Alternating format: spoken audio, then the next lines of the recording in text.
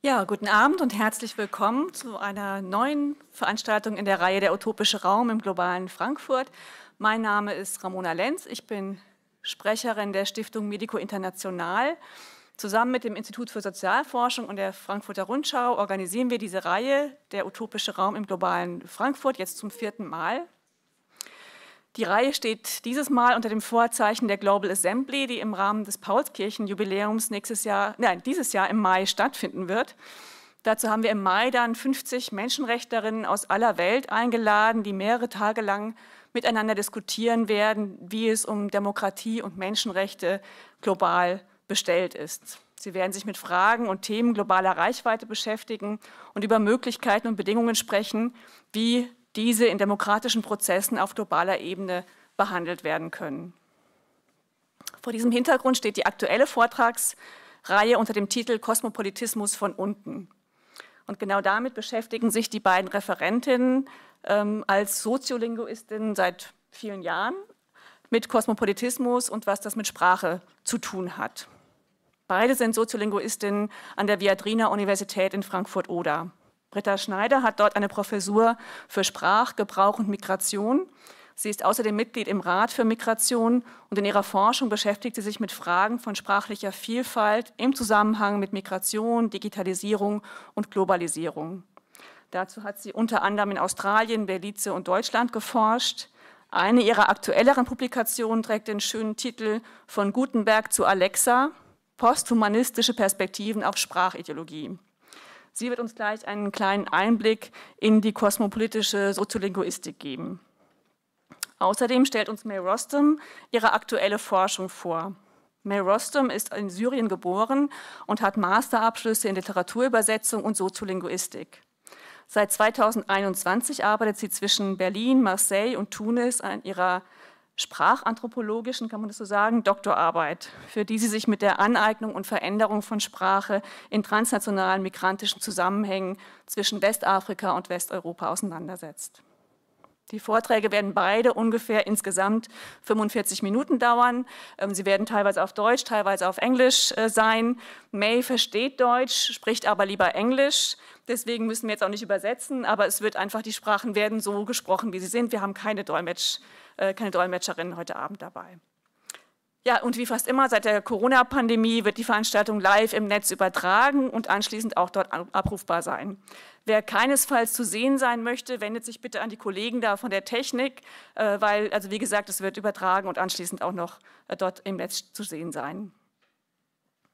Ja, ich glaube, dann übergebe ich jetzt an dich, Britta, und setze mich hin. Ja, vielen Dank, Ramona, für die nette Einführung und vielen Dank für die Einladung. Wir freuen uns sehr, dass wir heute Abend hier sind und wir freuen uns natürlich auch immer, wenn wir unsere Forschung mal in einem außerakademischen, öffentlichen Kontext vorstellen können, weil wir sie natürlich selbst total wichtig finden und mit großer Begeisterung unserer Forschung nachgehen. Ich werde jetzt weiterhin auf Englisch sprechen. Wir haben einfach beschlossen, dass wir den Vortrag jetzt einfach komplett auf Englisch machen und genau. Und wir haben aber auch manche Slides, die so ein bisschen auf Deutsch und Englisch und das ist sozusagen ja auch Teil der Aussage des Vortrags, dass man da sich ein bisschen entspannen kann. Okay, so what we do in this talk, by the way, it's one talk of 45 minutes, not two. I don't know if that was... So we problematize common notion of language. So a lot of the things we tend to believe about language are very much based on national concepts and national ideas of belonging. And our aim of this talk is to overcome this a bit and to maybe develop new ideas, or maybe it's also old ideas, but these ideas that have not been very hegemonic in recent years or in recent decades in Europe about what actually is a language. So I will give more of a, I would say, theoretical introduction to these ideas that are very common now in linguistic anthropology and in sociolinguistics. And afterwards, my colleague May will give you insights from her empirical data on her very exciting research project on multilingual language practices in routes from Northern Africa to Europe. So I start my talk with this slide, and it's probably a depiction of language that you are very familiar with and that we are all very familiar with. This idea that language is in some miraculous way tied to territories. So this idea, okay, there's France and people in France speak French. It's French because it's France. And we have this kind of circular logic here. And this depiction is, of course, I've called it a fantasy because we all know that this is, all these places have never been monolingual and they will never be monolingual. The depiction is very common and still it invisibilizes the actual multilingual diversity that you have. It also invisibilizes the really existing transnational connections people make via language, even more today in an age of digital interaction. It also, typically, people are not very aware of the fact that this homogeneity that is presented here is not a natural condition, but actually an outcome of particular socio-historical processes. So what it actually shows is the official languages of particular nations or officially recognized languages. In a certain way, we can use the term methodological nationalism to use this. I don't know if you're familiar with this term. It's a very common notion today, also in sociology or in social anthropology, to talk about methodological nationalism, which has also, by the way, framed a lot of things that are going on in linguistics. So methodological nationalism is the theoretical assumption that national social units represent the kind of natural social order of the world. And it takes for granted that the nation state is the natural social and political form. And this has framed a lot of things we think about language. It also has framed a lot of research about language. So in a methodologically nationalist understanding of language, we understand language as somehow appearing from a national space and as an a priori kind of object that is already there and is somehow natural. Interestingly, if we study that from an anthropological point of view, we will very quickly see that it is political but also technological conditions that have allowed for this understanding of national languages.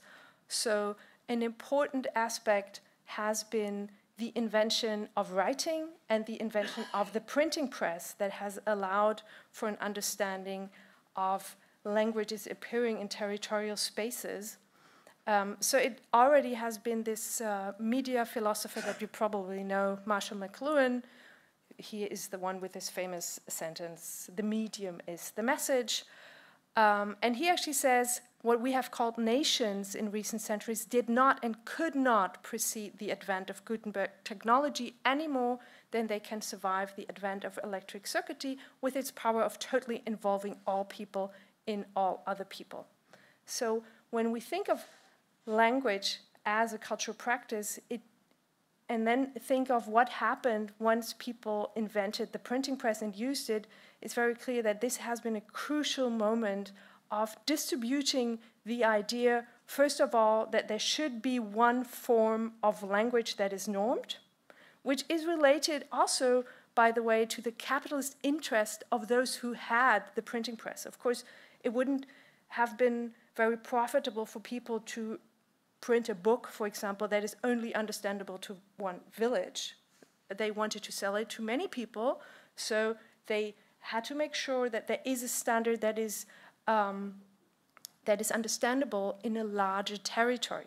And at the same time, the products of the printing press, the actual texts, also contributed to the distribution of the idea that people belong to a nation, particularly, for example, in national education systems. So people had to be told, okay, you are German, therefore you have to speak German. And in the school, we teach you how to speak it. One consequence for language was then that it was of this normatization. So this had, we know from historical research that it has a strong impact on the standardization of language in a national space. And the outcome is that we tend to think now of languages as a kind of object. as something that is there. So I very much like this quote here from a colleague where she says, "It could be in fact that we think of languages as autonomous and shared," so in the sense of autonomous systems. So we have English, and we have German, and we have Spanish, we have Arabic, and it's these kind of objects, and the knowledge about them is shared. And we think of them because we are used to grammars and dictionaries. So we are used to these material realizations of language and these fixed notions of language on the paper that we read.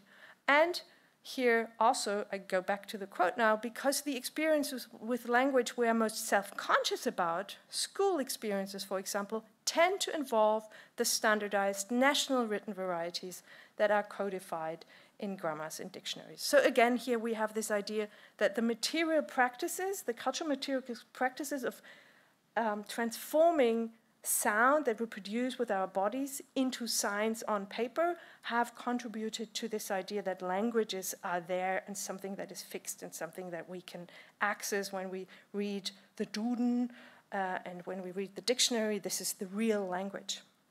Of course, we could have totally different ideas about language, but these are, and I'm sure many of us who are in this room now are very familiar with this idea. There is one right way of using language, and we find the right way in a grammar and in a dictionary.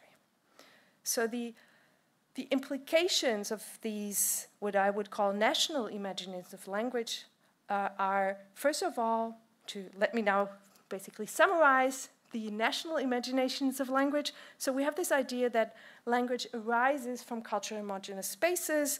The language is already there. Sometimes, so by the way, let me comment on that, I'm often surprised how much this is still a very present idea in contemporary texts, also particularly from, for example, sociology, this idea the language has been there already. Everything else happens after, and it's simply there. In, of course, older texts, also particularly from the era of Romanticism, you have also this idea that the language is the soul of a nation.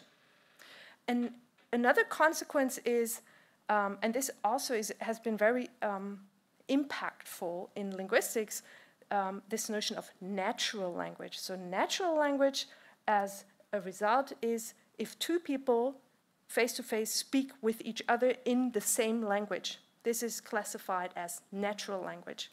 So if people, for example, write something in WhatsApp or read Facebook messages, this is typically not classified as natural language.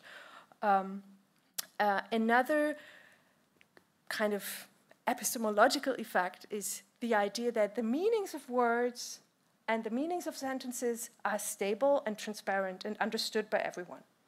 And they are also this idea, we call it logocentrism, the idea that the meaning of something is in the word, so that the word kind of carries a meaning just because. So it's very often not explained how this comes into being. Okay, let me now come to what here in the context of this series that we're very happy to contribute to.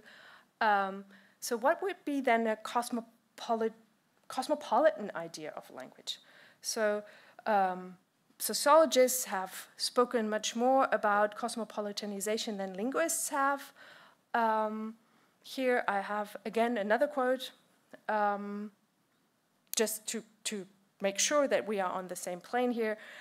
I like this idea that I find in this quote, namely, we have to do with the fact that people have long since been living in really existing relationships of interdependence. And cosmopolitanization should be chiefly conceived of as globalization from within, an internalized cosmopolitanization. So when I speak about cosmopolitan linguistics or cosmopolitan perspective on language, I'm not interested in the idea of people from different nations talk to each other. I'm more interested in how is despite the diversity we all have, how is language and the distribution of meaning possible, despite all the relationships of interdependence to many places, but also within a place. Another important question to ask in this context is, of course, what are alternative non-national units of research? That is, what are alternative non-national ideas to look at language? How can we look at language without reproducing this idea? Language, first of all, is a language, like German or English or Spanish. And what are then post-national concepts of language? To get a better understanding of this, I have brought along one example of the actual cosmopolitan realities, I would call it. This is a statistics. It's pretty small, I'm sorry. It's a statistics, it's already 6 years old. I don't think the numbers have become less, but it's about the number of pupils in Berlin schools who indicate that they speak at least one other language at home than German. The total is about 37%. But in some areas, in inner city districts, for example, in Mitte, in secondary schools, is more than 80%. So comparing this to the first slide of these national monolingual fantasies is pretty drastic to see that actually more than half of the population in some parts use many languages in their daily life. And a cosmopolitan understanding now would not ask, how can we ensure that everyone becomes monolingual in German? So this is not what I'm talking about here. So what this traditional idea of linguistic integration. Rather, questions to ask would be, for example, how can we understand and map actual linguistic practice, actual diversity, what people really do and what people do in their everyday life? How is it possible to account for that? Also, a question we could ask is, how is it possible that humans actually achieve mutual understanding? What do they do to do that? And how do they use oral or written signs in order to create social belonging, but also social boundaries? Another interesting question to ask in that context is, how do stable languages or linguistic homogeneity, how is it historically possible that this comes into being? And what will happen to it, particularly now in an age after the printing press, now that we have a lot of other materialities of language, particularly in digital contexts? And the first thing we do from a linguistic anthropology perspective is then to understand language not as a thing that you find in books, but to understand language as an activity. First of all, it's a bodily activity. So I stand here with my body, I use my hands, and I produce sounds with my mouth and with my lungs, and produce these sounds, and somehow you hopefully understand a bit of this, what I'm doing here. And in a tradition that is called the distributed language movement, one would say language can be traced to how living bodies coordinate with the world. On this perspective, far from being a synchronic system, the system that you find in the dictionaries and grammars, language is a mode of organization that functions by linking people with each other, external resources, like books or digital resources or all sorts of resources, and cultural traditions. And in this understanding, we also, of course, ask how is it that meaning comes into being? And meaning here is understood as an outcome of the interaction between people. So meaning is the making of a sign and a joint understanding of what a sign means. And signhood is, and I'll read this quote, is conferred on a sign, on what thereby becomes a sign, if and when human beings attach a signification to it that goes beyond its intrinsic physical properties. So signs are not given in advance, but are made. And you have here some examples. On the right-hand side, you see the development of phonetic scripts, the phonetic alphabet that, as you can see, maybe you can see it here, but actually the phonetics symbols that we now use represent single sounds that humans produce. Originally, they were more iconic depictions of the world. So the letter A, for example, was originally the head of an ox.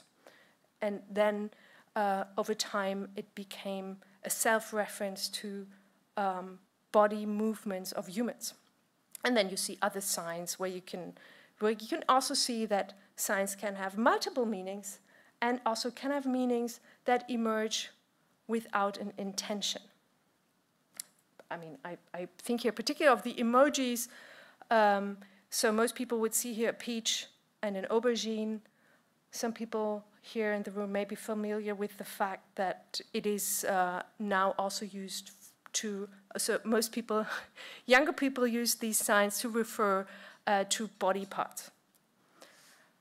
Okay, so my final slide, before I hand over to May, to summarize what is cosmopolitan language research, it would recognize that there's a complex network of linguistic resources in space that is very hard to map, very complex, very interesting.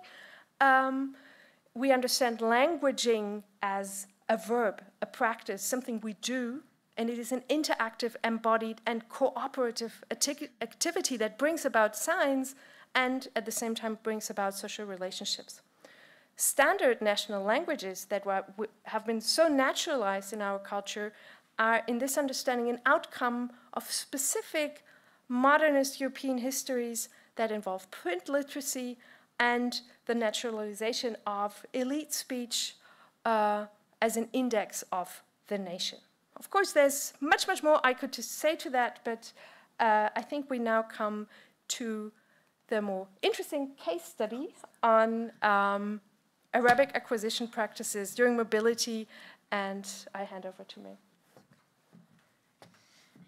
Good evening, everyone.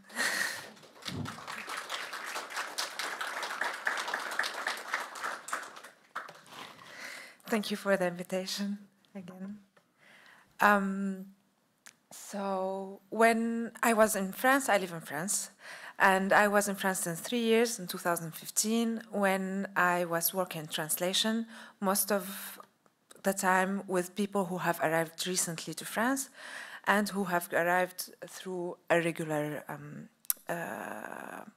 trajectories.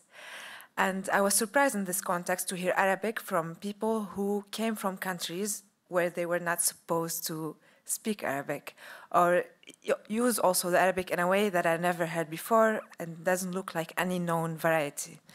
So from this curiosity, a few years later, that became my main interest and also the subject of my PhD research.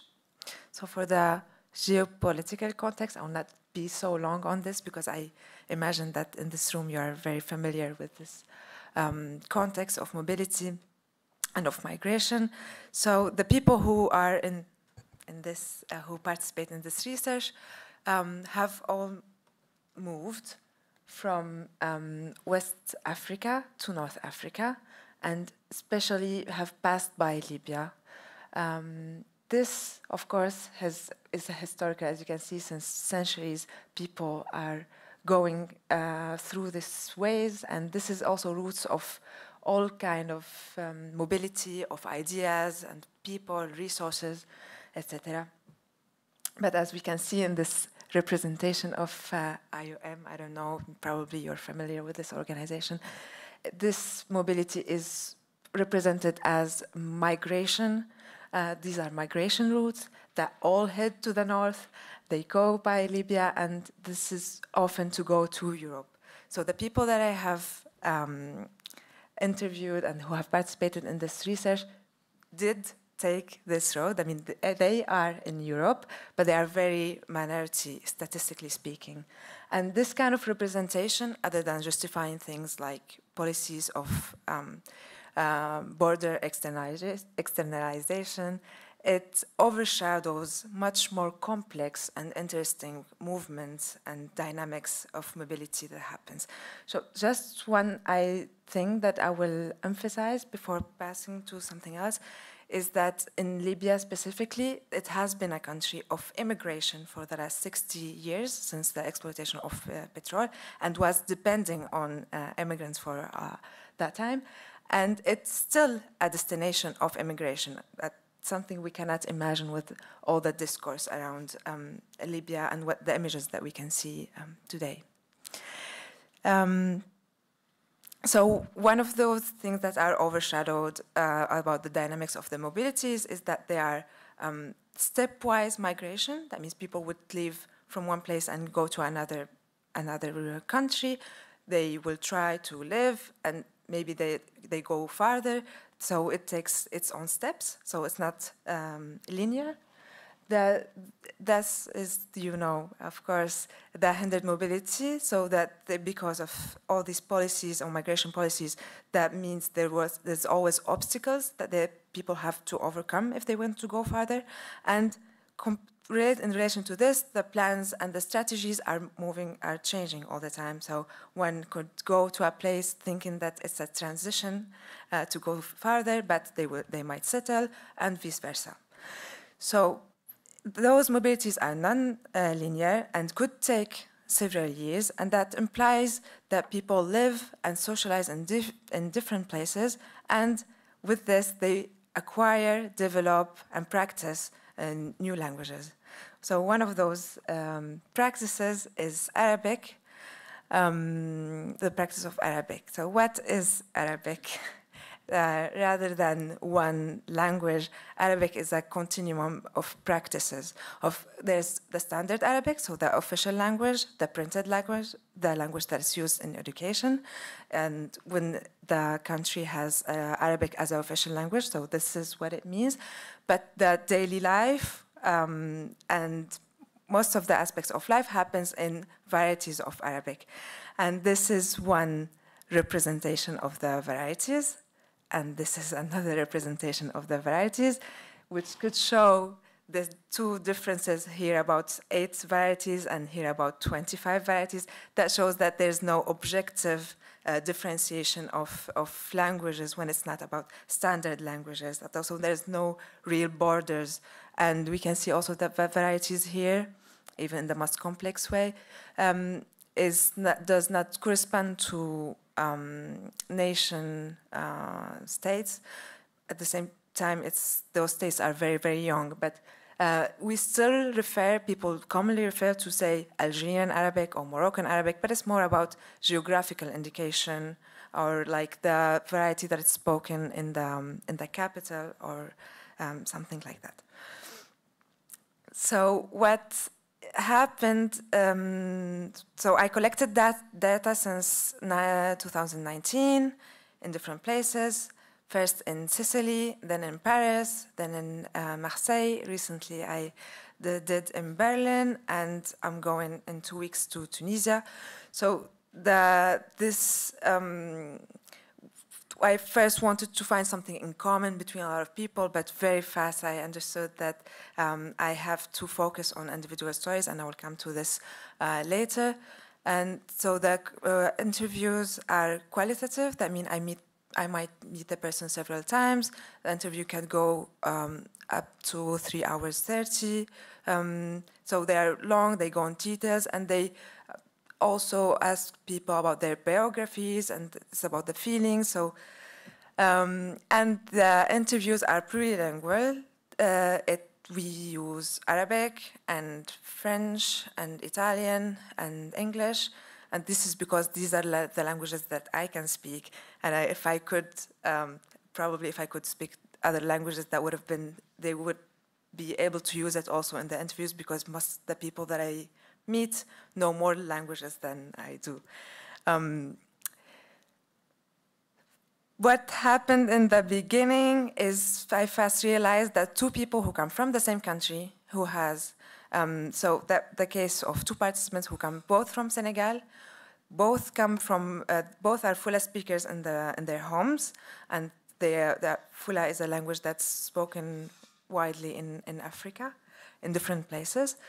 And they both went to Libya around 2 to 3 years, and then went across the Mediterranean and came to Europe. And they had completely different practices. One mentioned around 15 languages he uses, and the other mentioned 3.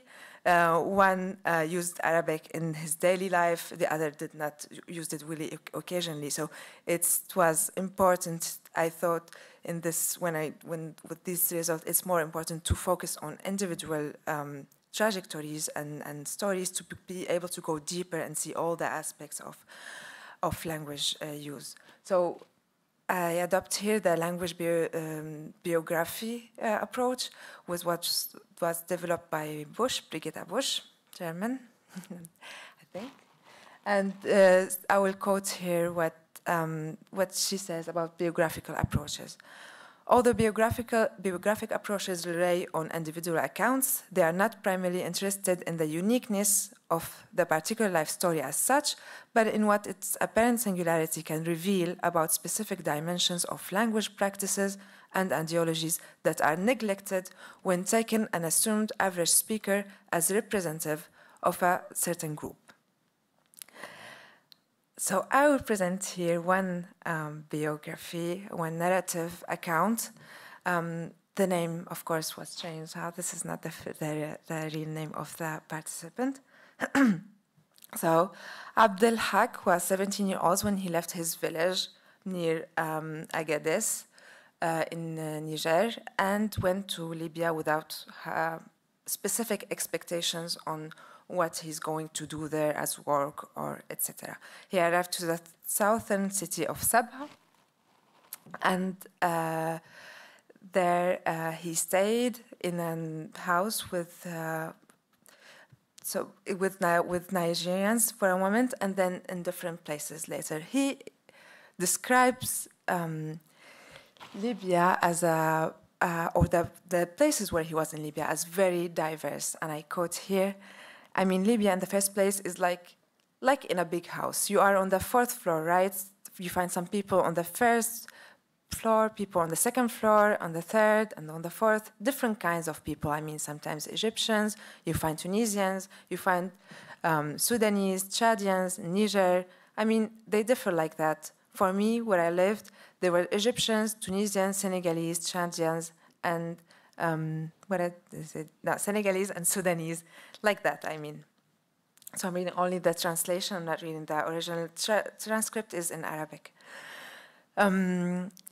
So when he first arrived, he was in a house with Nigerians, and he was able to speak Hausa, but he first realized that if he wanted to work in Libya, he had to learn Arabic, and this is how he describes this. I was in Sabha and I didn't know a word of Arabic other than salam, hello. In Libya, if you don't know Arabic, you cannot work. I was there since around 2 weeks. Some friends who understood Arabic a little bit were able to work, but me, because I didn't understand Arabic, I was sitting at home. So I started watching a lot of Arabic videos. That was it. I started to understand Arabic little by little, and that during a month, then I went out.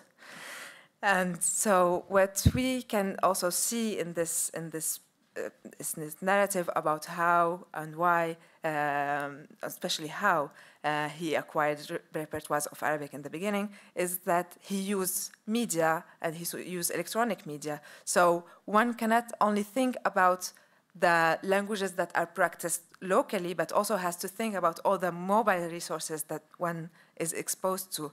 And especially when he asked him, when I asked him, what kind of media did you watch, what kind of things? And he's like, Egyptian series. So it's also completely another, it's another variety. And in work, he said when he started working, he was acquiring new repertoire, new vocabularies, and expanding like his knowledge and use of Arabic. And he said, describing this, the first time it was difficult for me to do the work, he said. So he is speaking about the contractor, a Libyan contractor for whom he was working. You, where are you from? You don't understand Arabic, you don't understand that, how can we work? But thank God, it was destined for me to work with him. After 2-3 days, I was learning a word or two, until I attained a certain level in Arabic, thanks to God. And after the Libyan contractor, he worked for an Egyptian in a grocery store, and this during around a year. And because the situation and the conflict in the south became very, very problematic, all this was happening during the civil war in Libya. He moved to Tripoli in the north, the capital of Libya. And there he was working with a Syrian contractor. He had 3 colleagues, a Senegalese, a Guinean, and a Sudanese. And the language they were using in everyday life was Arabic, but he was also living with his colleagues in a shared house. And he said that the closest person to him was the Senegalese, his friend. And this is how he describes how they communicated together. I mean, I like to talk to him a lot. I spend time with him. He was my closest friend too. He speaks French, and I don't speak French. But when I came to Tripoli, I knew a little bit of Libya's Arabic, and he knew some basics of Libyan Arabic. So we used to communicate with difficulty. In the beginning with difficulties, but gladly he understood me, and I understood him normally. I mean, we used to live like that. So we can see in this extract of his narrative that Arabic is not only used with Arabic speakers, but also with other people with whom he had this in common. So there's a negotiating of repertoire and see what is common and how can we communicate. And if Arabic is the common resource, so he used it to communicate with him. Oh, so after 5 years in Libya, going to prison, the detention centers for illegal immigration, that, by the way, are funded by European institutions, he has managed to cross the Mediterranean. And to his surprise, he didn't arrive to Italy as he has heard before that he was supposed to arrive to Italy, but he arrived to Malta. And he was imprisoned right away in Malta for arriving irregularly, so he was in prison with other people he knew already in Libya, and they were saying, once we get out of here, we are going farther because this country, it's not going to work for us. The first impression was not great. But when he went out 3 months later from prison, he discovered that Malta was an island, and that to go farther, that means he needs a lot of resource and he needs money to go farther. So he had to work again. And as he described, he went to a square, a big square, where people can work as daily workers. And there he met a Syrian. He says, I'm used to working as a painter and that stuff. So when I met a Syrian, I said, thank God. This is the best thing for me because I understand him and he understands me more. I mean, so I worked with him.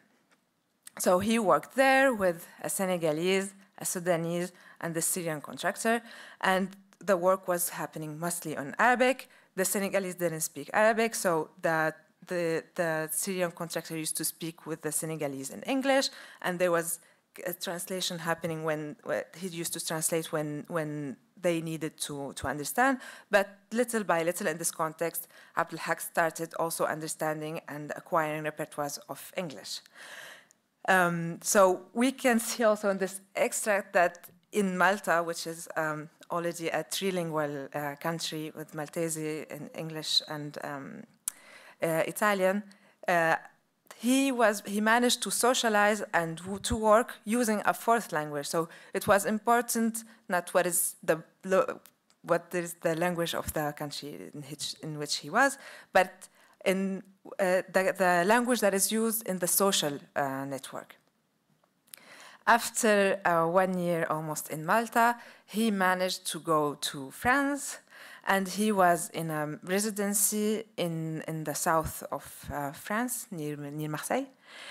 And he says that there were elderly people who used to come to the center, and so he used to teach basics of alphabet, something that I didn't mention, that he hasn't been to school, so he doesn't have a written or a literal use of language. It's only oral use of language.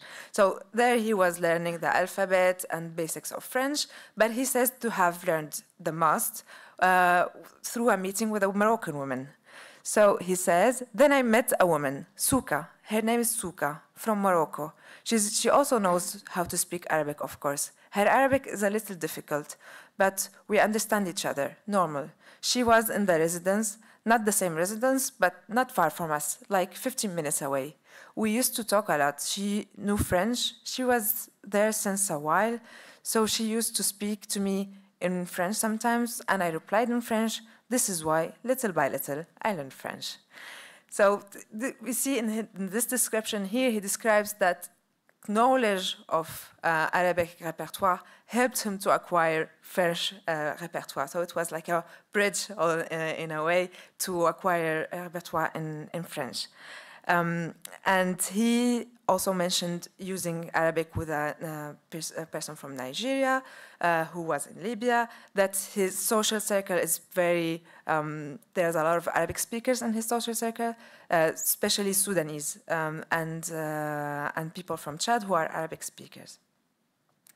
And so in his daily life in France, he uses Arabic mostly, French, and Hausa, with the people who can speak Hausa.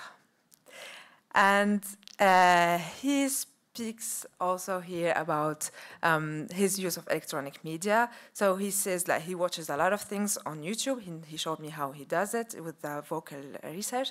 And he mentioned a Sudanese cartoon, a Syrian prank show, a Turkish series dubbed in Syrian Arabic, and a Tunisian singer, a Lebanese singer, and so he has very various, in terms of varieties, use of languages. He spoke exposed to a lot of varieties. And I will read only the first quote. When I asked him, in which language do you watch the most of the videos? And he said, in Arabic language, but I mean, no matter which Arabic language. I listen to any Arabic language, like the one of the Tunisians and Syrians, and what do I want to say, Libya, no matter which one. If they speak Arabic, I watch. So it shows also that he's very aware of the diversity of this varieties, and that he is open to all of them, and you can hear and understand. I mean, these varieties, which is interesting in itself, because still in academia today, there are people who are discussing how much the Arabic varieties are intercomprehensible or not, and so it's interesting to see this point of view. So I would like also to speak maybe fast about the language itself. So which Arabic did he speak? Which variety of Arabic did he speak? And it's just to speak about few points, so lexical items and one grammatical aspect. On the lexical item, there were words from Sudanese like zol, which is very specific to Sudan, kida, which is used in Egypt and Sudan, hosh, when it's used as a house, that's mostly in Libyan varieties, and bisah, which is very common to say really in Algerian and Moroccan varieties. And even on the grammatical aspect, so one thing that really distinguishes easily varieties of Arabic between Western varieties or like Maghreb varieties and the Eastern varieties from Sudan and Egypt to the east is the first person pronoun. So in Eastern varieties, that would be a, and with the prefix bi.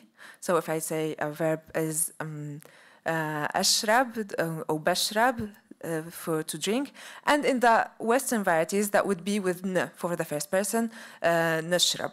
So in his verbs he uses mostly Western varieties, Western conjugation, like in Libya and more to the west, but he also uses some Eastern, like in baref, the Eastern prefix b. And what is also interesting that sometimes he uses both at the same time. So the Eastern prefix with the Western pronoun. So that's in here when he says binishtagal. So or using verbs that are more to the east, like twennas, which is used in Sudanese to say to chat or to speak, and use it with Western pronoun nitwennas. So in a way, in this uses, he is creating new uses, the things that do not exist in any of the varieties that we can still understand, but it's like creating new forms of language that are very functional in communication at the same time. And there is very important aspects also about the language use that is not fixed. That means even during the interview, it was a changing language. So in the beginning, it was changing from his side and from my side. We were negotiating our knowledge or our languages, let's say. So in the beginning of the interview, we're both pronouncing qa. It's common by Arabic speakers to make the speech clearer. So it's a standardized pronunciation. We're both pronouncing the qa, qa. And when this advanced, I was able to, I saw that he was understanding everything I say, even when it was more to the Syrian varieties. And he saw that I was understanding his. So we shifted both. I started pronouncing luqa, as I do in my home. And he started pronouncing luqa, ga, as it's common in a lot of varieties, of which Sudanese and also in Libya, etc. So the language form was changing. This is only one example, but it was changing during the interaction. And we were negotiating to see, okay, what is understandable by the other, what is not understandable, what should I modify? And he said something that shows he was conscious of the process of adaptation that he does. Usually, he says, I adapt to any person. I mean, any person. Like, for example, a person who speaks Algerian, for example. I can try to speak some partially Algerian language, so he can understand me a little bit. I mean, he won't be able to pin me down exactly. So he's conscious of this process, and he's conscious that his way of speaking does not look like or sound like one specific variety. So he, during this process, he has elaborated the language use in different countries, in different continents, because it's in Africa and in Europe, with different speakers from Asia or Europe and Africa, and in different settings, in a place where it was a dominant language, a less dominant language, and it's in this. So it's a very transnational experience of language elaboration and language use. And he says things that kind of reflect, so there's a discourse that reflects also this transnational experience. So when he spoke before about Arabic, he says that before, when he was still in Nigeria, he used to hear salam, salam sometimes when they go to a point of water, beer. And so he says that before, I used to think that Arabic language is like a mother tongue. I mean, I didn't know that Arabic is a general language and that many countries speak Arabic. So there's also a discourse that goes with this practice that is conscious about the fact that we can use the language in different contexts, in different places, in different countries, in a very clear way that he pronounced this. Oh, I will let Britta finish in beauty. Thank you very much. Yes, but I mean, you don't have to.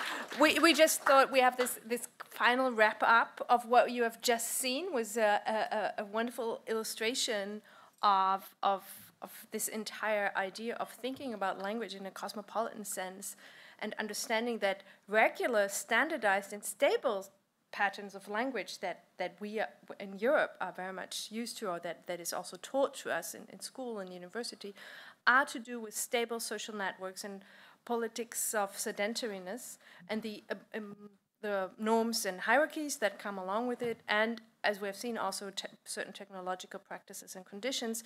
And as a result, these national concepts of language co-construct hierarchies of normal and deviant forms of life, whereas in a cosmopolitan understanding, to say this again, we understand language as an interactive practice, and the norms that we have are a cultural sedimentation that are based on media-specific and community-specific histories and functions, whereas, as we have seen in May's narratives, of this biography, language variation is a very ordinary effect of interaction under the conditions of mobility and diversity.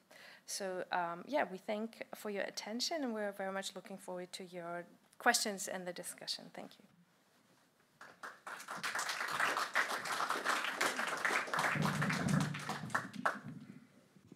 Ja, vielen Dank für eure beiden Inputs, Vorträge. Also für mich dreht ihr schon noch mal einiges auf den Kopf, wie ich so gewöhnlich über Sprache nachdenke.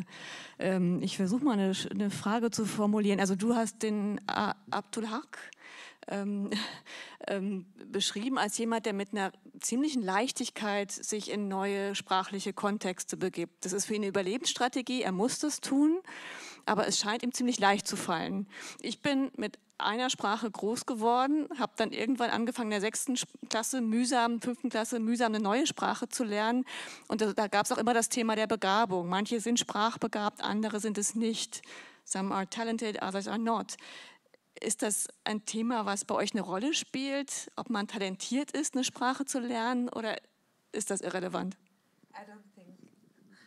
I don't think that this is very relevant actually in this case, because I think what happens, because I also taught language before, and especially Arabic, so I'm familiar with this anxiety related to language, and I feel like this anxiety is related to the idea that one has to speak in a very specific way and respecting rules, and if we're not speaking that way, we're speaking wrong. So the anxiety comes from this, and I had the feeling in the entire interviews where that happened, I never heard about this. I was afraid of speaking something because it would have been wrong.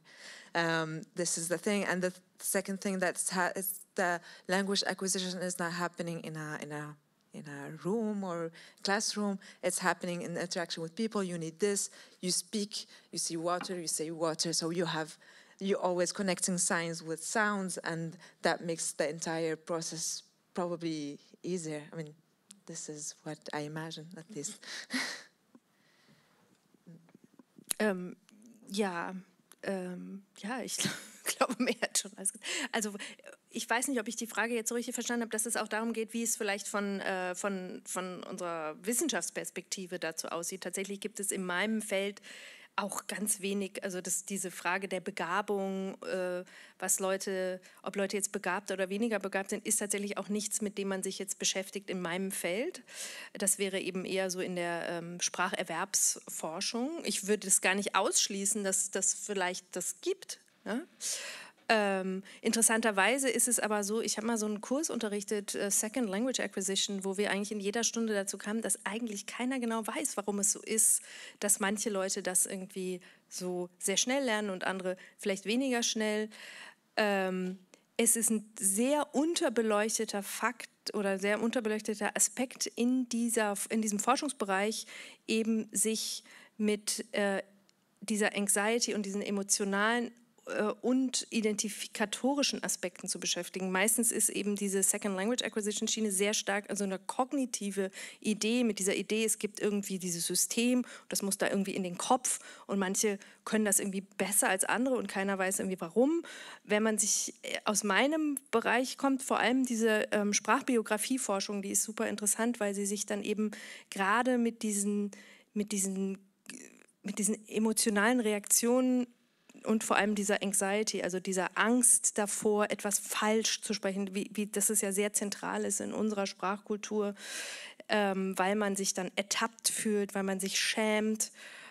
Ich glaube, das kennen wir irgendwie alle, dass es total manifestiert ist bei uns, dass wir das ganz normal finden. Und das ist aber tatsächlich, das habe ich zum Beispiel in meiner Forschung in der Karibik festgestellt, das ist jetzt nicht unbedingt notwendigerweise so. Und wenn man das nicht hat, wenn man denkt, ich habe jetzt hier halt einfach Sprache und jeder spricht die ein bisschen anders und ich benutze halt einfach das, was mir gerade so entgegenkommt und arbeite damit wie mit so einem Werkzeug, unabhängig von diesem ganzen Ballast des richtigen Sprechens, der einen dann vielleicht auf einer Klassenebene oder auf einer Inside-Outside-Ebene irgendwie markiert, dann stellt sich die Frage nach der Begabung eigentlich irgendwie meistens gar nicht.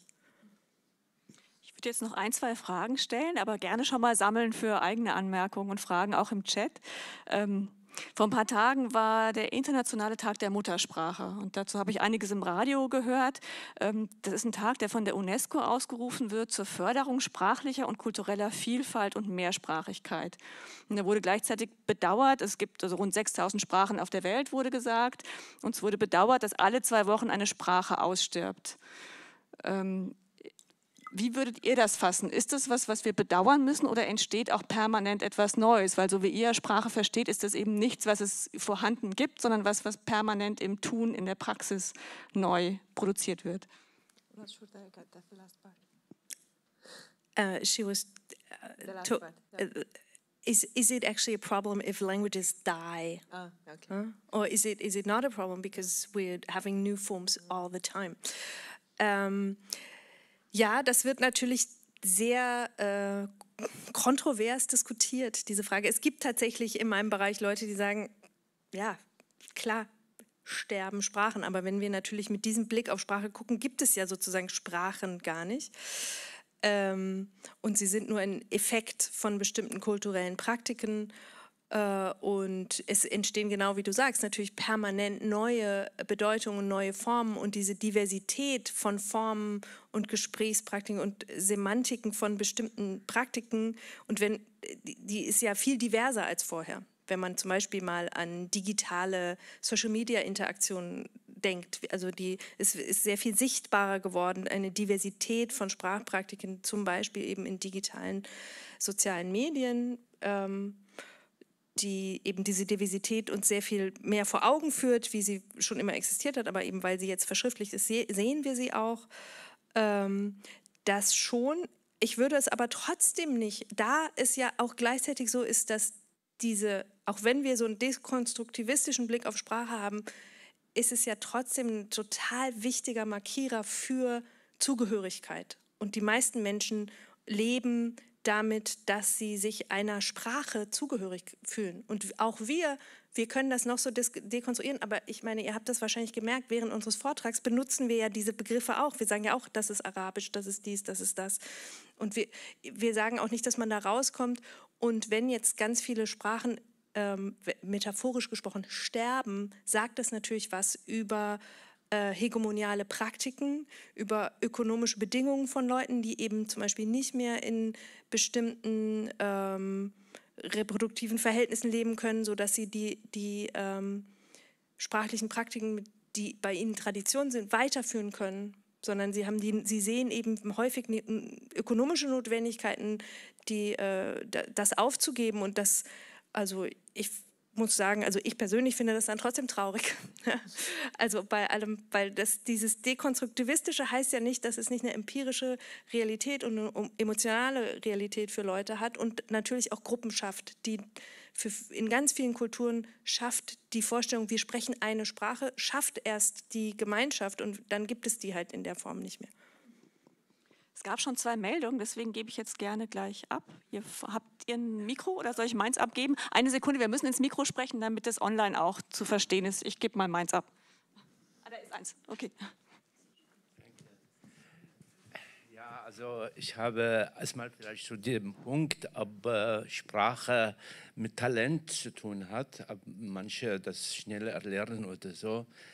Da habe ich so ein paar Beispiele im Kopf. Ich bin übrigens Dolmetscher Deutsch-Arabisch und habe auch viele Erfahrungen auf dem Gebiet durch den Beruf.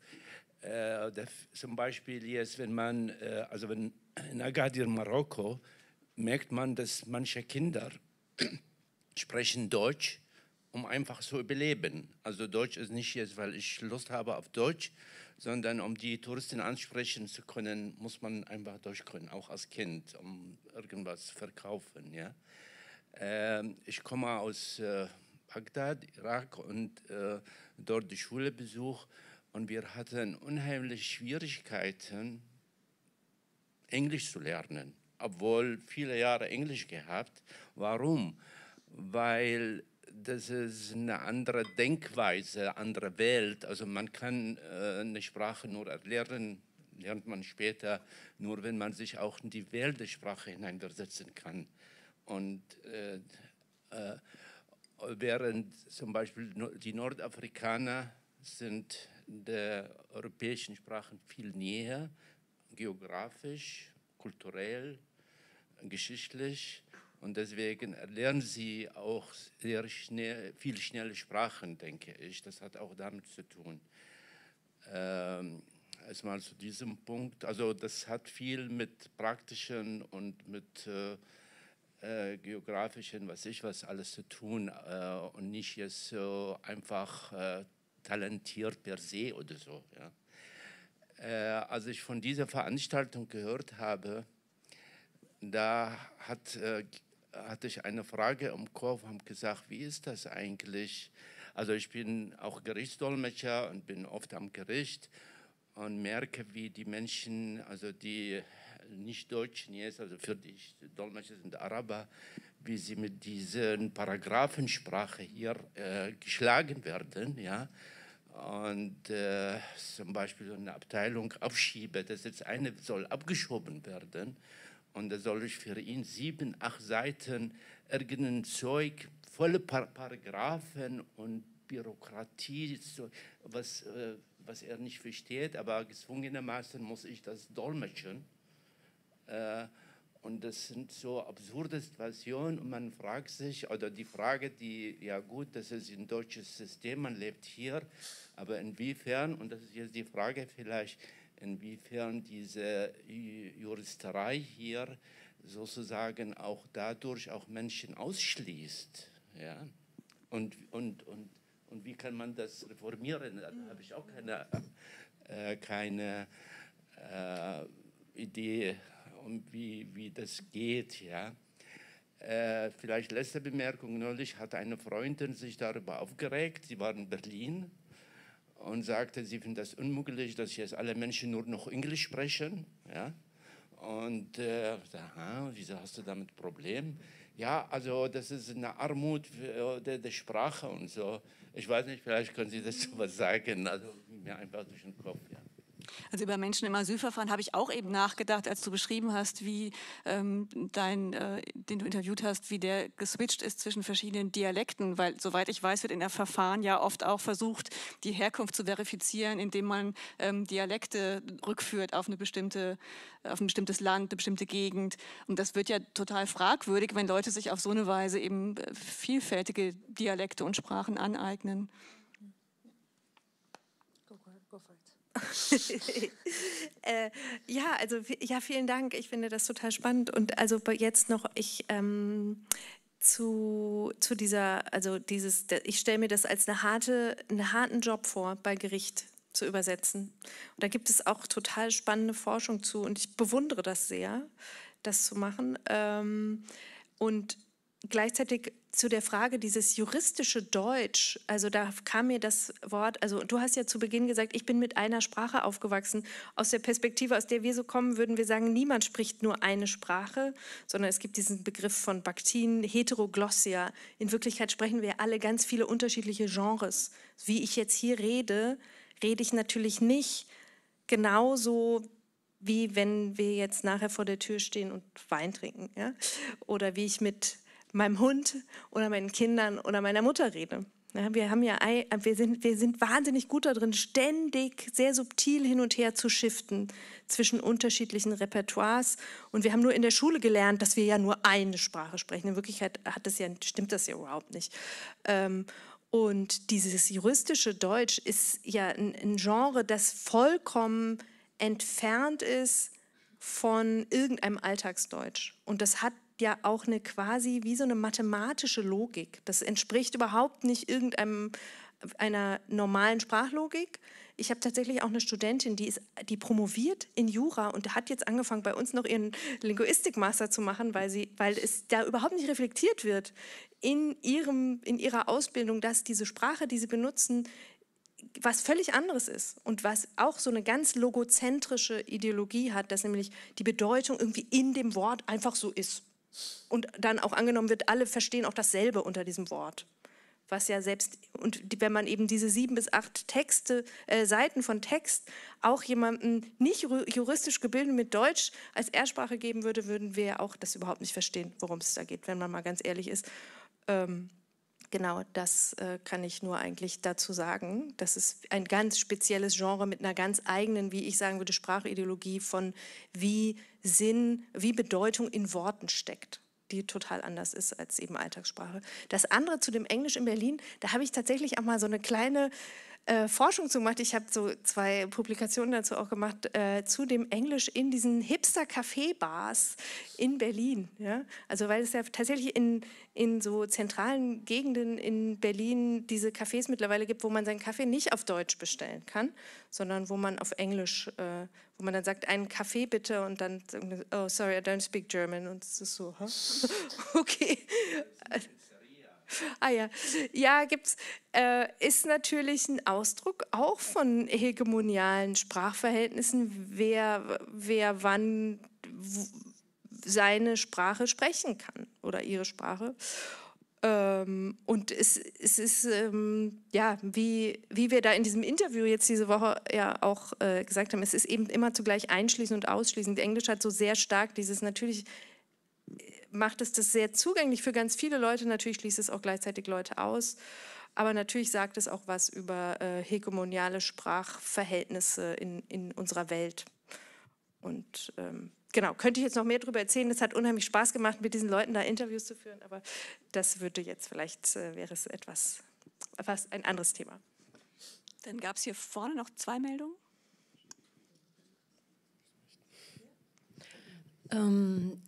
Eine Sache zu dem Englisch in Berlin. Ich war gerade da. Die aktuelle Ausstellung des Deutschen Historischen Museums heißt Roads Not Taken.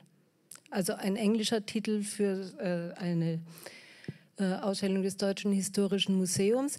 Das zweite, einfach ein Hinweis zu dem Thema Lernen manche leichter Sprachen als andere, würde ich kurz nur verweisen auf die Forschungen von Eric Kandel zur Lerntheorie. Neugier ist der größte Motor. Je stärker ich etwas wissen will, desto schneller lerne ich es.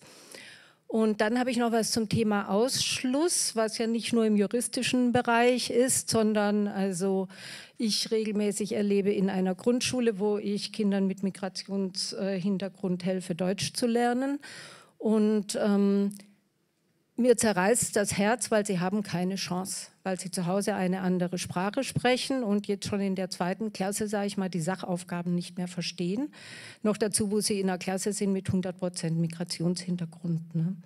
Also da frage ich mich jetzt in Ihrer Disziplin, geht es da auch um Perspektiven für mehr soziale Gerechtigkeit? Und das wäre was mich zum Beispiel, also fast noch mehr als die Analyse interessieren würde. Also jetzt in meinem Feld tatsächlich, ich komme ja nicht aus der Sprachdidaktik. Ja, also wir sind jetzt nicht da, wir entwickeln jetzt keine Sprachlehrbücher oder sowas. Aber es ist natürlich eine total berechtigte Frage und es geht natürlich vor diesem Hintergrund nicht darum zu sagen, wir sollten bestimmte sprachliche Ressourcen nicht vermitteln.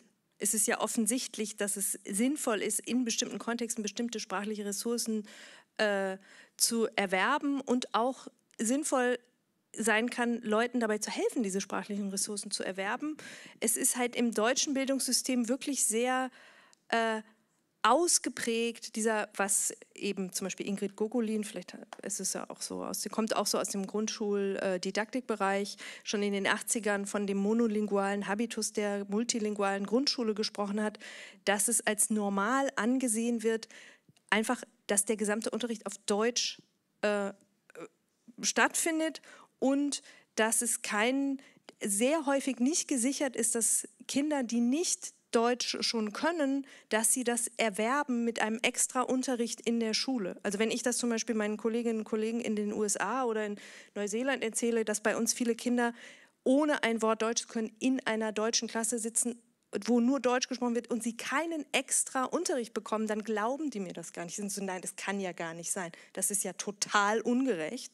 Das geht ja gar nicht. Da ist das schon seit den 70er Jahren völlig normal, dass es einfach ganz normaler Teil des Curriculums ist, Englisch als Zweitsprache. Das findet dann halt irgendwann statt. Manchmal, wenn dann andere vielleicht Kunst haben, dann haben die halt das. Und es gibt auch nicht diese sogenannte, in Berlin gibt es ja viel diese sogenannten Willkommensklassen, wo dann nur Leute sind, die nicht Deutsch können. Gut, sie schüttelt den Kopf, aber das ist... Die Frage war gar nicht so konkret gemeint, sondern mich würde eher eine Utopie interessieren, wissen Sie? Ach so, von uns eine Utopie? Naja, ich glaube, dass... ja, ich glaube, also mir hat das sehr gefallen, wir hatten dieses Interview mit der FR letzte Woche und da fand ich sehr schön, was May gesagt hat, das fand ich total super. Weißt du, was du gesagt hast? Die Utopie ist eigentlich, dass alle sich dessen bewusst sind, dass wir permanent alle immer dabei sind, Sprache zu lernen und wir einander begegnen, ohne anzunehmen, dass die Bedeutung schon immer klar ist, sondern dass wir eben Bedeutung und Verständnis als etwas ist, das wir miteinander aushandeln und nicht bestimmte Leute, die Macht haben zu sagen, was ich denke, was das heißt, ist das Richtige, sondern dass wir wirklich miteinander reden müssen, um zu einem Verständnis miteinander zu gelangen. Und so ungefähr hast du das ausgedrückt, oder? Sorry, that was you said that the utopian idea would not that everyone speaks the same language, but that everyone learns language all the time. Yeah, in a way, it's just to think of language as one medium, so the unity of what is a language, and then that would make us also accept more easily the differences that are inside, and that there are different ways of saying the same things, and we are more familiar with this way and less familiar with the other way, and we negotiate what we know and how we know it, and it's an interaction, maybe.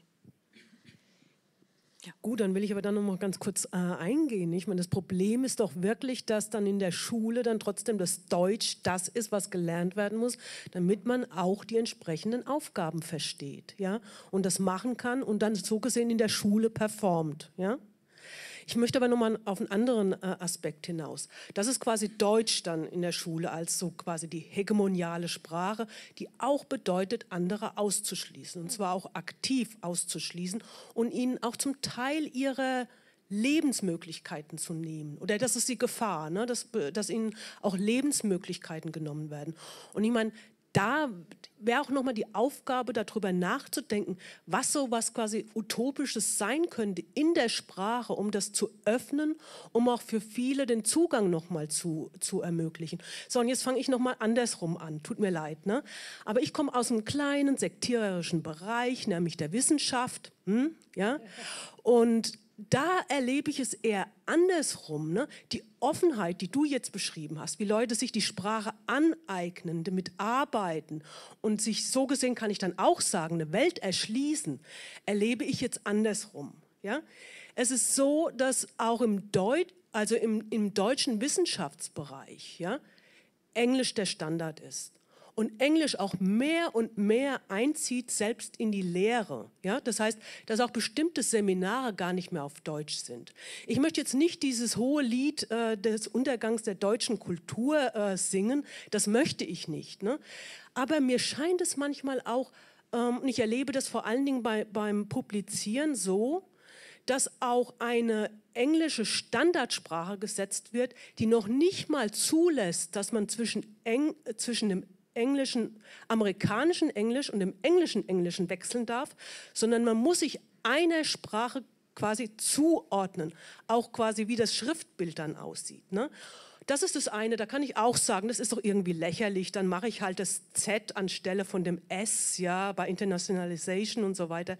Aber da kommt ja noch was anderes hinzu und das finde ich dann zum Teil auch schon extrem gewalttätig, ja, weil es bedeutet, dass die MuttersprachlerInnen das sehr viel besser können als alle anderen, als die Französinnen, als die Deutsche, als die Polen und so weiter und so fort, als die Araber, ja. Aber was noch hinzukommt, da werden auch bestimmte Denkbilder transportiert. Und so habe ich sie auch verstanden. Ja? Also in der Wissenschaft beispielsweise kommen die ganzen also angloamerikanischen Modelle, Denkmodelle, kommen rüber und sie werden zum Teil auch relativ unreflektiert dann angenommen. Ja? Und da frage ich mich dann immer, was bedeutet das eigentlich? Und wie gesagt, ich will nicht so ein Lied singen der hohen Kultur, der hohen deutschen Kultur, aber was bedeutet es dann auch für eine deutsche philosophische und sozialwissenschaftliche Landschaft? Und dann denke ich mir, doch, eigentlich dürften wir uns doch dem nicht einfach so anheimgeben. Es tut mir leid, ja.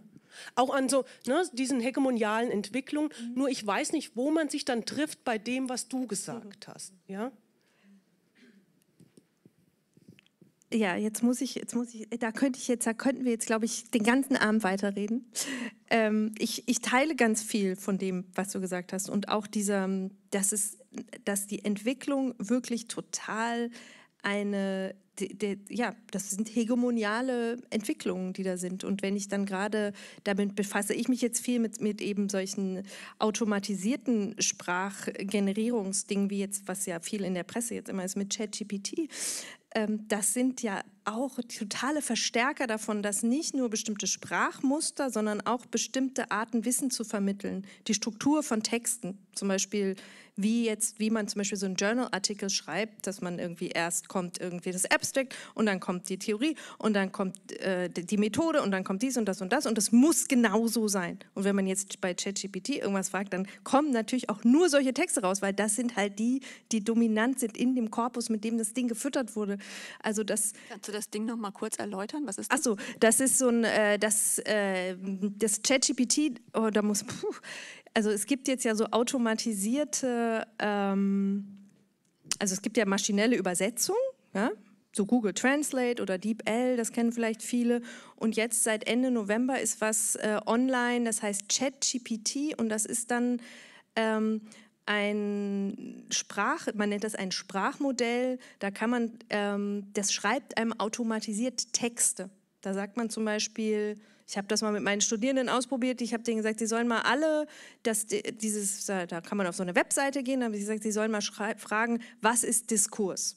Und dann kommt da ein langer Text oder relativ langer Text, wo das genau definiert wird. Man kann aber auch sich da eine Hausarbeit im Grunde schreiben lassen oder man kann sich irgendwelche Beschreibungen von Bildern, man gibt so einen sogenannten Prompt, man gibt da sowas ein und dann kommt ein Text raus.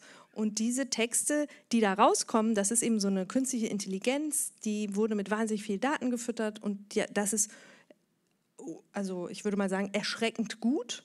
Es ist in vielerlei Hinsicht total praktisch, aber weil halt diese KI immer, diese künstliche Intelligenz verstärkt immer das, was dominant ist im Datensatz. Und in diesem Datensatz sind natürlich englische Texte dominant. Und es sind natürlich genau auf diese Art und Weise strukturierten Texte dominant. Deswegen spuckt es auch nur solche Texte aus.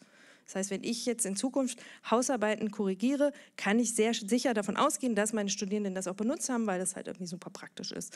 Und so an der Grenze also es ist eigentlich natürlich dann eine Art Plagiat, aber gut, das ist nochmal eine andere Geschichte. Auf jeden Fall würde ich dem total zustimmen. Das wird natürlich auch von solchen Firmen wie Google, Amazon, Microsoft, wird diese Homogenisierung von unserer Sprachkultur total vorangetrieben. Und da kann man, das steht genau konträr zu dem, was eben May beschrieben hat, diese tatsächlichen Praktiken on the ground, wo man miteinander verhandelt. Und das ist vielleicht auch was glaube ich, wir zumindest an meinem Lehrstuhl und in unserer Forschung uns so ein bisschen hoffen, dazu beizubringen, dass das sichtbar wird, dass ursprünglich Sprache ein interaktiver Verhandlungsprozess ist, wo wir miteinander Verständnis schaffen und genau das Gegenteil von diesen super homogenisierten, standardisierten Dingen, wo immer das, was dominant ist, noch dominanter wird.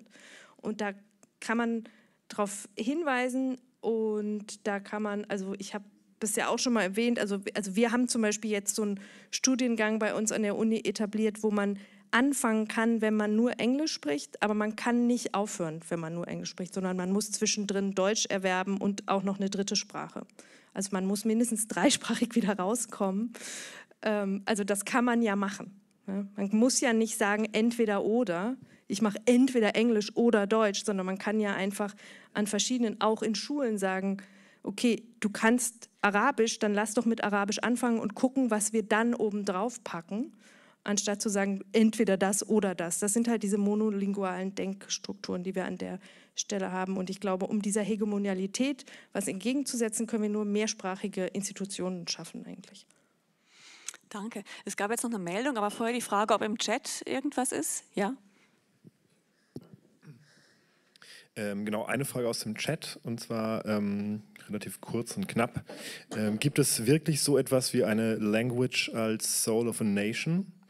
Oder ist die Soul jeder Language Community eigentlich dialektal gebunden? Vielleicht nehmen wir die andere Frage noch dazu, gleich gegenüber. Das ist etwas völlig anderes. Ich fand es jetzt sehr interessant, über kosmopolitische Sprache im Zusammenhang von Migrationsstadien zu hören. Und meine Frage wäre, gibt es eigentlich auch, oder wissen Sie, ob es Forschungen gibt über Fußballplätze? Also ich habe hier bestimmt 30 Jahre, 2 Kilometer von hier im Ostpark Fußball gespielt, bestimmt 50 unterschiedliche Sprachen, die da gesprochen werden.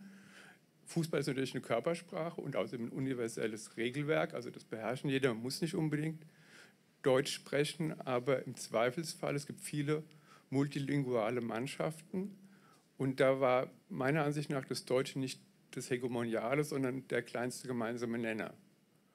Naja, aber wenn es das schon gibt, dann muss ich es nicht anregen. Vielleicht, warte mal, noch eine letzte Frage, bevor wir dann zum Ende kommen, dass wir das alles noch sammeln.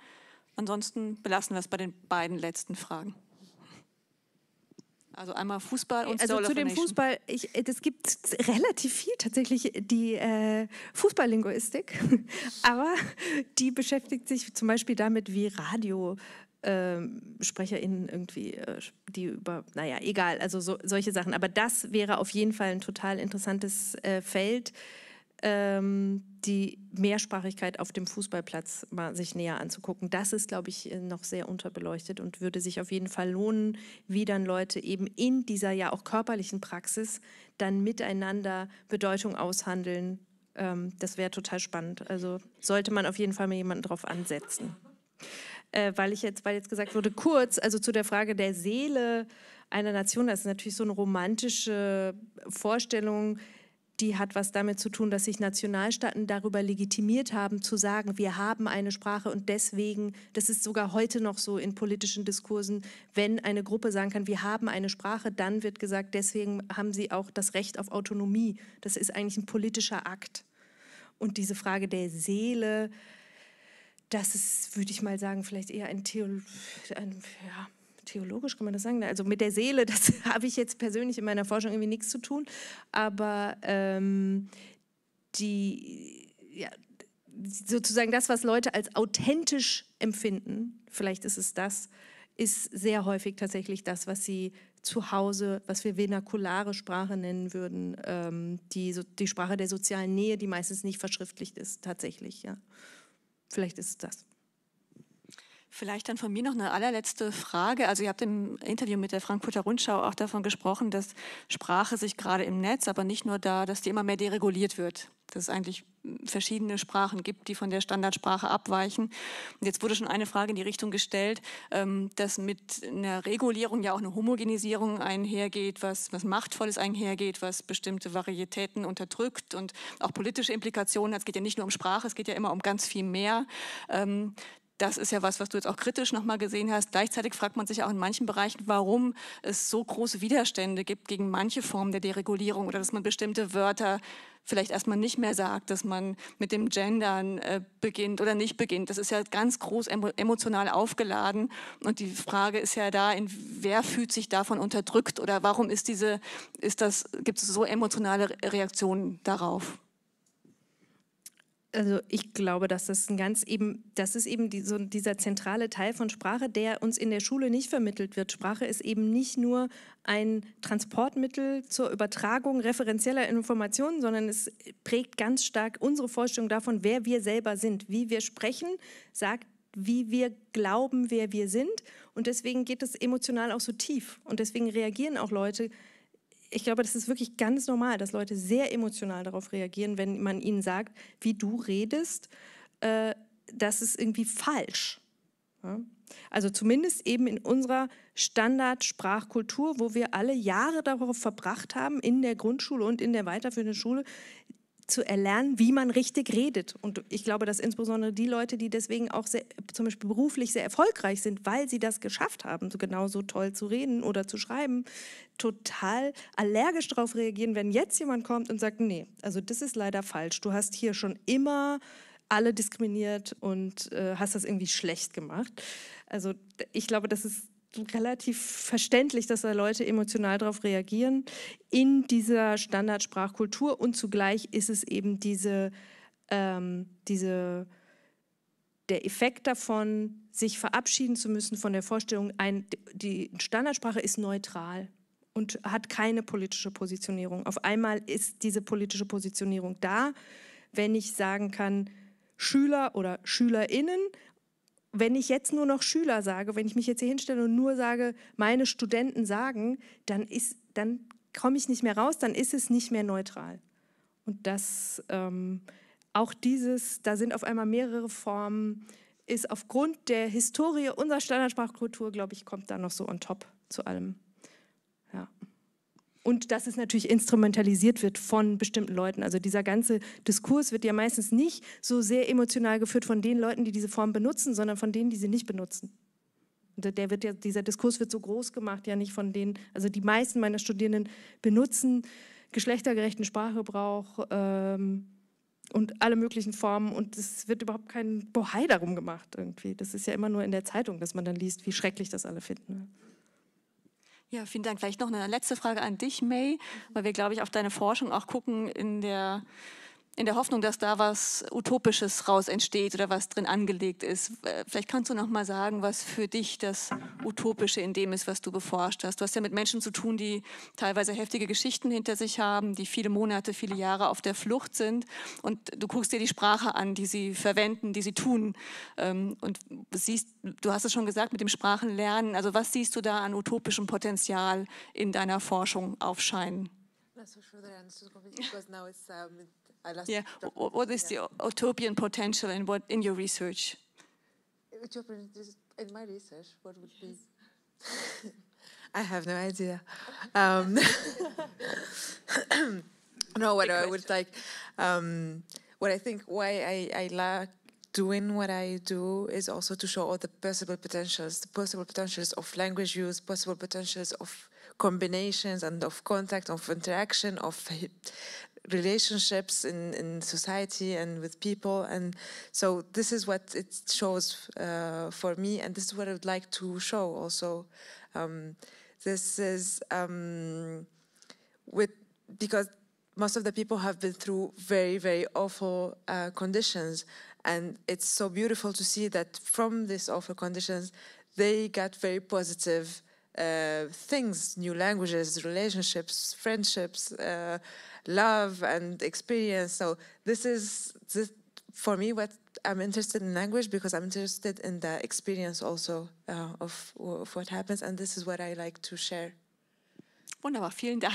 Bevor Sie jetzt klatschen, weise ich noch mal darauf hin, dass wir in genau einem Monat den nächsten utopischen Raum haben. Dann wird Wolfgang Karleck hier sein und über die Utopie der Menschenrechte sprechen. Aber jetzt erstmal vielen Dank an euch beide. Wir können alle da draußen noch ein Getränk und was zu essen zu uns nehmen, wenn Sie das möchten.